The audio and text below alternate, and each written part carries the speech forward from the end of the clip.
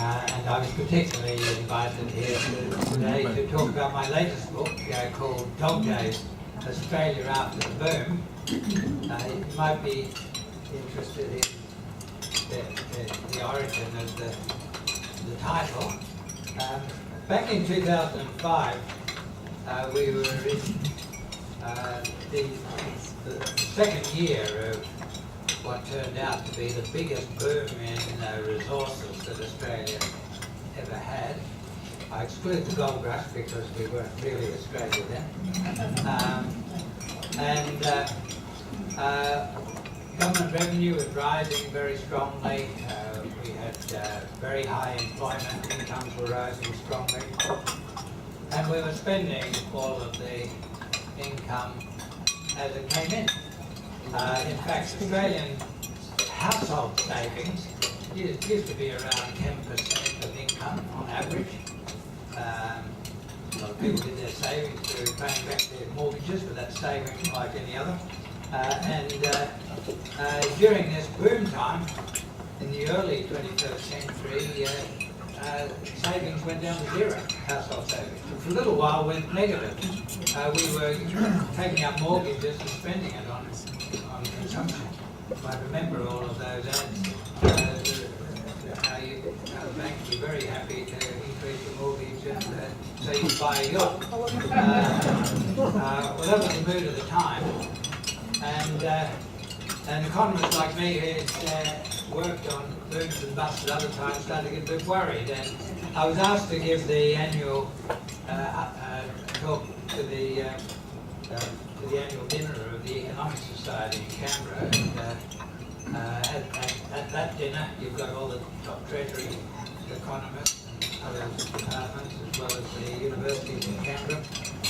And I said, just at the moment, our Treasury officials, and they were all there, are feeling pretty good about themselves, and the country thinks they're heroes because the economy's going so well. These are the salad days of economic policy, when the economy's capacity to support income is rising faster than people's expectations.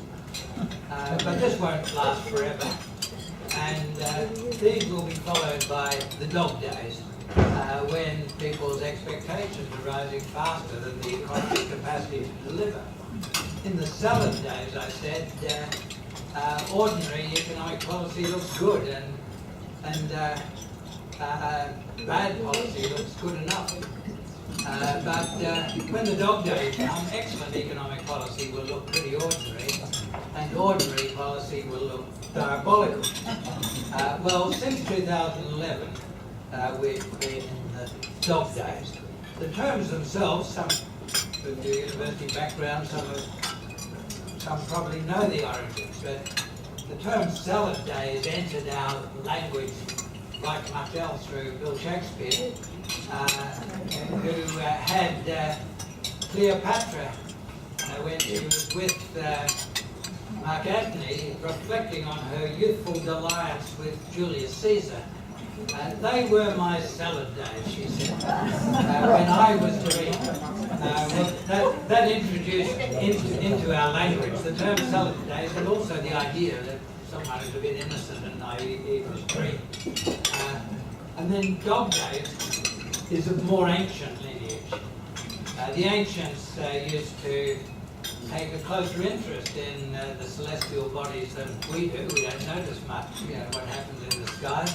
Too busy watching television, and even if we want to pay attention, a lot of the stars are crowded up by the bright lights of the city. The ancients took a lot of interest and named every star that was prominent in the sky. And in the ancient Mediterranean, one of the prominent stars was Dog Star Sirius.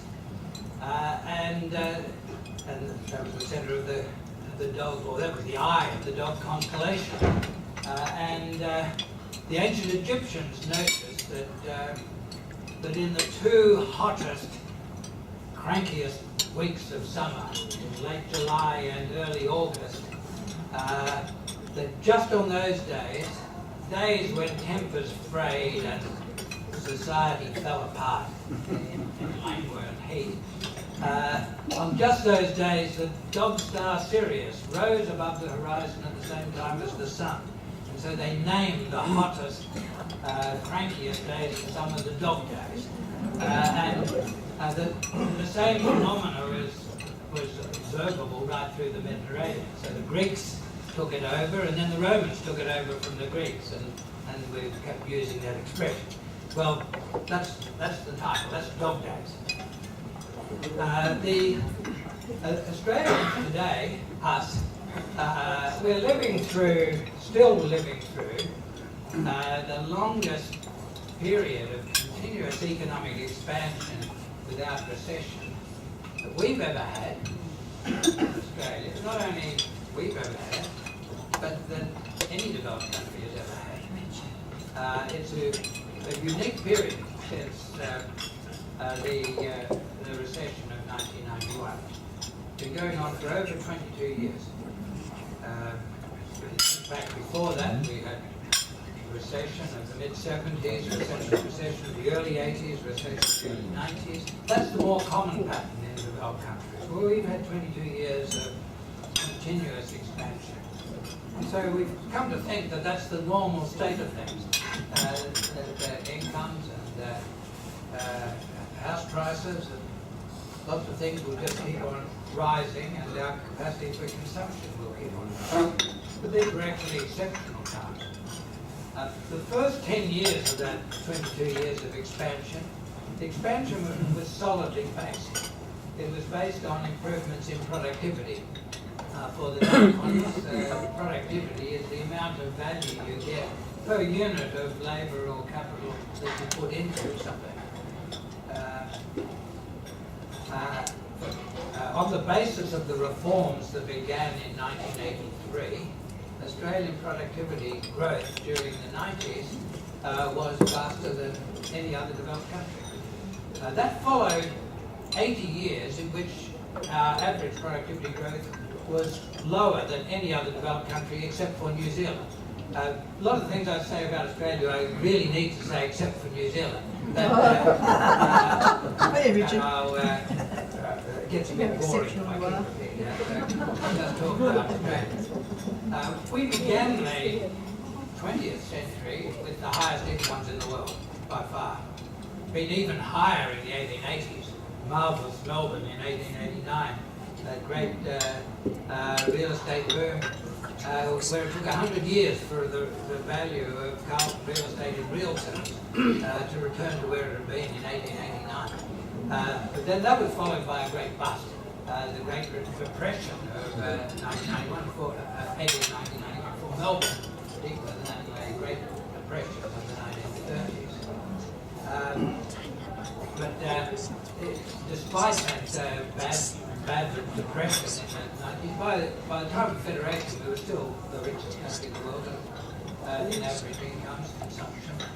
And that's why a lot of the features that the world thinks of as parts of modernity of the modern economy began in Australia, and particularly in Melbourne. Sport as mass culture, the first football league that attracted large crowds with rules and regular weekend meetings was the Victorian Football Association. Back in the 1870s and 1880s, the American football leagues in New York, Chicago, Pittsburgh came much later. The Soccer Association, the Football Association of England came much later.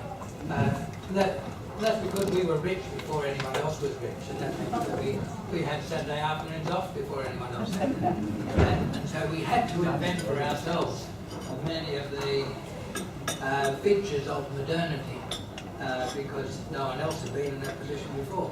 Similarly, democracy. If you read any of the histories of democracy, I've just read John Keynes' wonderful book, The Life and Death of Democracy, a prominent role to early Australian experimentation with democracy. The Victorian ballot, which was a part of the agitation for democracy in Britain and America much later, the right to secrecy in casting your ballots. So Clive Palmer would say nothing has changed since 1855. So we began rich and developed many of the features of modernity. Our relative position deteriorated right through the 19th century until 1883. We're becoming sclerotic, and we went through a period of reform. In the book dog days, I talk about the Australian reform era being from 1983 to 2000. And that rejuvenated the Australian economy and gave us in the 90s the highest productivity growth amongst all the big countries. And we started to climb back up that league table of living standards. Well, I was naive enough at the time to think that things had changed and that we were on a new course that we would continue. But the reform era in Australia ended in 2000.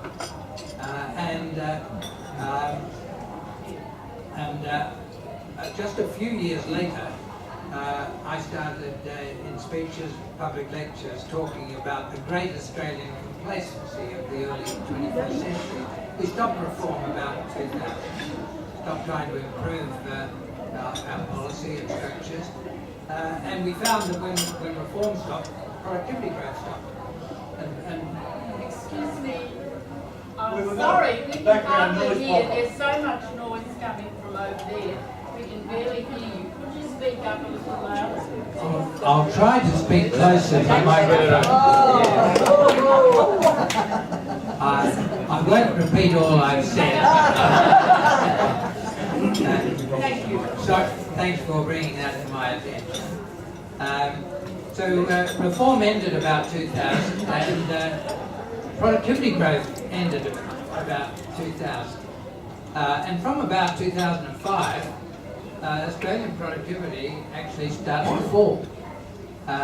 So that the average productivity, the way economists measure it, was lower by about 2012 than it had been at the beginning of the century, than 2002 or 2003.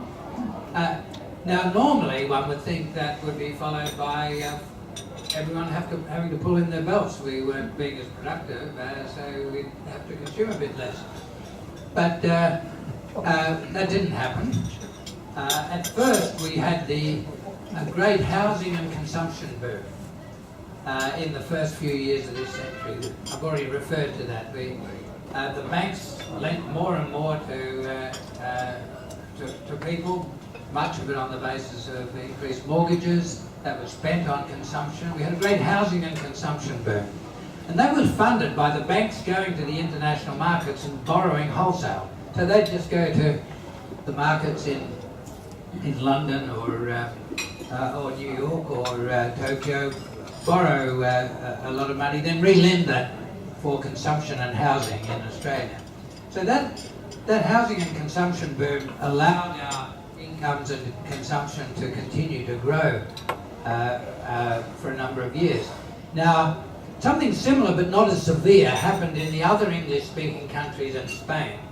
In the United States, United Kingdom, Ireland and Spain. They had great housing and consumption booms. Every one of them had a great crash in 2008. And since then, unemployment has remained very high. Average incomes in all those countries are substantially lower now than they were in real terms back in 2008. Unemployment remains high. Well, we didn't. Now, the number of reasons for that, including policy responses during the Great Crash, but we wouldn't have been able to have those policy responses were it not for the China resources boom, which lifted prices for our exports to much higher levels than we've ever had before. We were paid a lot more for selling the same things. Iron ore prices rose about 500%. Coal prices, similar proportion.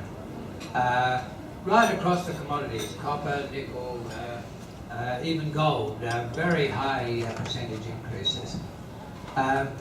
Why did this happen? it happened because the world's most populous country, China, went through a period of very strong economic growth from the turn of the century. The strongest economic growth for a long period, if you take the period, say, from 2000 to 2011, the strongest economic growth over a decade that any country had ever had. It surpassed Japan in the 1960s. Now, that's a big story in the world's most populous country. But it was bigger than that because the structure of its growth was hugely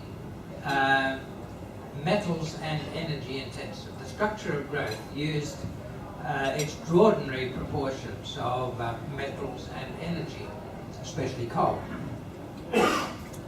And this happened because it was investment-led growth, and investment requires a lot of energy and metals. I talk in the book about how this happened in China at this time. Now, that extraordinary growth in coal demand and metals demand in China took the world's mining companies by surprise. There had been very little investment in new mines, new capacity in the 10 years before that. And so shortages developed, and so you got these sky-high prices. We were paid many times more than we had been before for selling the same things. Now, a very high proportion of the income, something like in excess of 40%, goes straight to governments. For petroleum, in petroleum resource rent tax and offshore areas, for iron ore and coal, to state government royalties, and then corporate income tax for the government. And we just spent that starting in 2003, 2004, 5, 6, 7, as it came in. And spending all that money allowed our incomes to keep growing despite the fact that productivity hadn't. And the cost level of Australia rose, the exchange rate rose. We made ourselves uncompetitive in everything except mining. So that education had been a huge growth export industry through the 80s and 90s. The growth started to slow, and since 2011 the numbers of university students coming from abroad has actually declined a little bit. Total student numbers have started to pick up in the last year, but a lot of that is English language students. If you look at tourism, at the beginning of the reform era in 1983, typically twice as many Australians took holidays abroad as foreigners came here, so that we were a big net importer of tourist services. By 2003, twice as many foreigners were coming here as tourists as Australians going abroad. So tourism had become a huge export industry. Well, by 2011, we were back where we were before, with twice as many Australians having their holidays abroad as foreigners coming here. You get the same story right through the services industries, right through the manufacturing industries.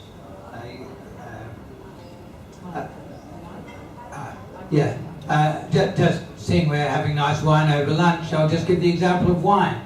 Back at the beginning of the reform era in 1983, Australia imported about as much grog as we exported. The imports of Scotch whisky and French champagne were about as big as the exports of Hunter Valley and Margaret River and Coonawarra Reds. Well, during the reform era, wine became a huge export industry, so that by 2003, the surplus of our grog exports over imports was about $5 billion. A big part of the economy, or at least in today's prices compared with the economy today, about $5 billion. Well, now we're drinking it all again. One of the biggest items in consumption in the last decade has been French champagne. So our exports of wine are now back to being about the same size as our imports of champagne and Scotch whisky. And the same story is there for every export industry other than mining. Well, after a while, the mining companies got their act together and started investing to expand production, and that's mostly started after the great financial crash of 2008. The crash didn't last long for us, partly because of our government policies, but also partly because of, even more importantly, China's government policies, because they combated the financial crash by a huge expansion of expenditure to counteract the effects of the crisis, and that got demand for metals and energy going again. And so by 2009, 2010, we're back to very high export prices, and by then mining companies started to invest very heavily in new capacity. So investment in Australian mining gave us a huge investment boom. That added to the high prices. So the peak of the boom was in September quarter of 2011, when our employment as a ratio of population was higher than it had ever been, our incomes higher than they'd ever been. Average incomes were higher in, about 1/2 higher in international prices when converted to US dollars or euros, about 50% higher than European average incomes, about 1/4 higher than American average incomes. Old age pensions in Australia were higher than factory workers' wages in the United States. So it was a period of extraordinary prosperity. A tough time for people in the other English-speaking countries, because they were coming off the great boom. They'd had the crash. Well, this wasn't sustainable, because high prices like that never keep going forever. The resources boom had to be temporary. You can't keep going on like that forever. And by spending all the income as it came in, we were lifting our exchange rate and our cost structure at levels that made everything else competitive. Peak of the boom was September quarter 2011. Since then, it's been downhill. In terms of trade, the price of our exports started falling. They started falling for two reasons. One is the pattern of growth started to change in China. China deliberately started to slow its economy a bit, still very rapid growth. I expect 7 to 8% from now on. It was over 10 between the turn of the century and 2011. So coming down from 10 to 7 or 7.5 is a fairly big fall. But much more importantly, the structure of their growth changed. They began to react to what were very severe environmental problems from their pattern of growth, burning all this coal and all this energy. They began to take very seriously the environmental problems, both the international environmental problems, the contribution they were making to the global climate problems.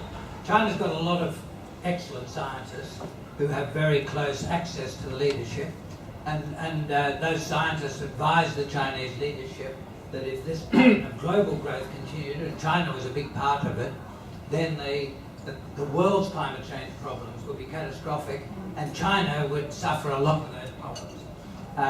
But they also became very worried about the local environmental effects. So burning half of the world's coal, which they came to do by 2011, meant that the great cities of China had a degree of smog and pollution that, amongst other things, was a very serious health problem. Jane and I were telling Kerry a little while ago that our son and his family have just come back from 6 years in Beijing.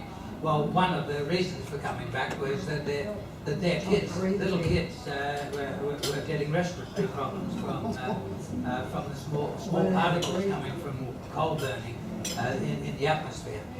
So China started to do something about that.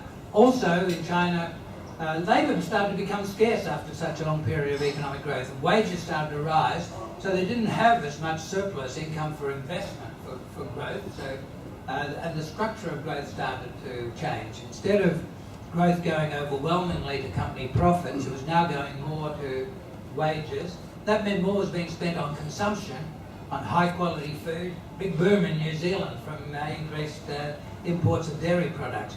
So the boom country is now New Zealand selling these high quality foodstuffs rather than Australia selling the raw material for the industrial boom. So prices for our main exports started to fall. They've fallen a long way since 2011, but that's going to continue. They're going to continue to fall. These huge investments in resources reached their peak at the end of last year, and the investment's starting to fall now.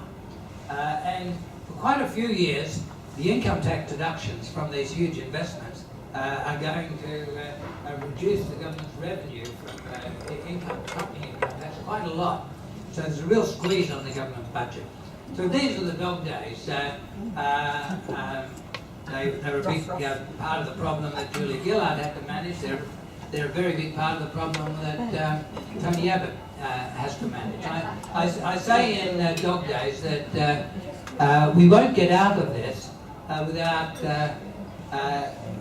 first we need a big fall in the dollar. We've had a bit since I started talking about these things.